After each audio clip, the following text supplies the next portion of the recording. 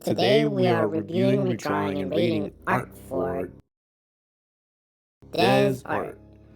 Let's start with the review. Overall, it has very powerfully maniacal energy. I really love the extreme close-up and the addition of the hand to complement that crazy energy. But once we get a little closer, we can see some inconsistencies. Starting with the eyes, it's just a slight perspective mistake. The right one should be a little lower than the left.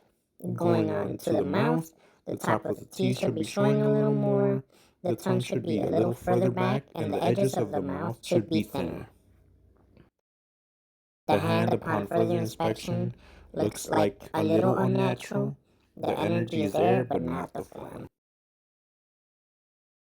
Moving on to the small nitpicks, small but very important, defining where your characters begin and end. So on that note, where does the hair end?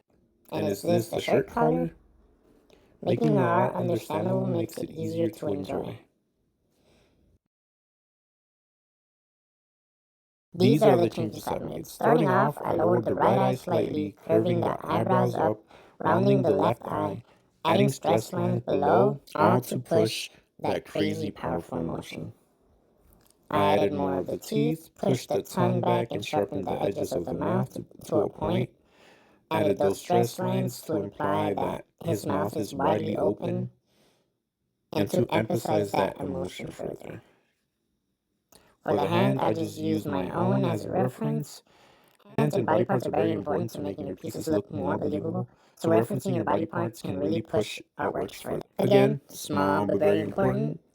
Defining where an object starts and ends is the difference between a confused viewer and one that's enjoying your artwork. I defined the hair and added a bit of detail to the tips to bring it all together. Same as last time, just defining the shirt collar. Less confusion means more enjoyment. Moving on to the timelapse, I start right away with the eye, rounding it and pushing it forward. This was inspired by classic cartoons, and it's even used recently in Year 5 Luffy. And of course, there are other types of body exaggerations, all to make the impact that more impactful. I didn't go as far as the examples because if I were to go as crazy as the examples, it would look a little too out of place. Moving on to the teeth. On screen is an example reference of a similar angle. You can use references like this to help guide the way you make your anatomy and angles a little better. I quickly define the hair and add some extra lines where they meet to make it look clear that this is his hair.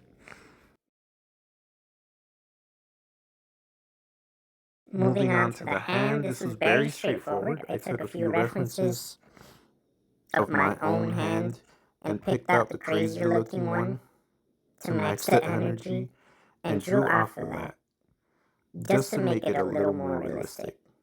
Getting close to the end, I thickened the outlines of the hand and head to give it that sense of depth. Lastly, I added speed/actions lines in the background and around the character to make the piece more dramatic.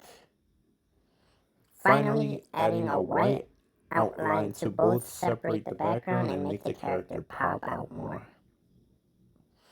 Alright, rating time. I thought it was awesome.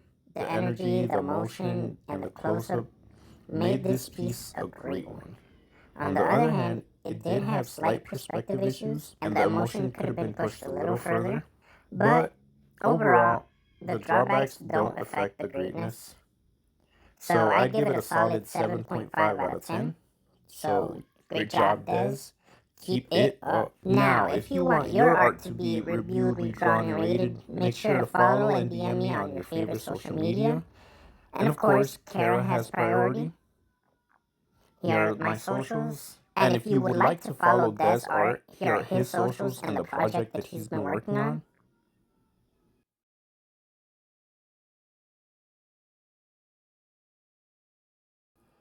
Because of the current state of abusive AI, all artworks are glazed, including the entirety of this video, theoretically.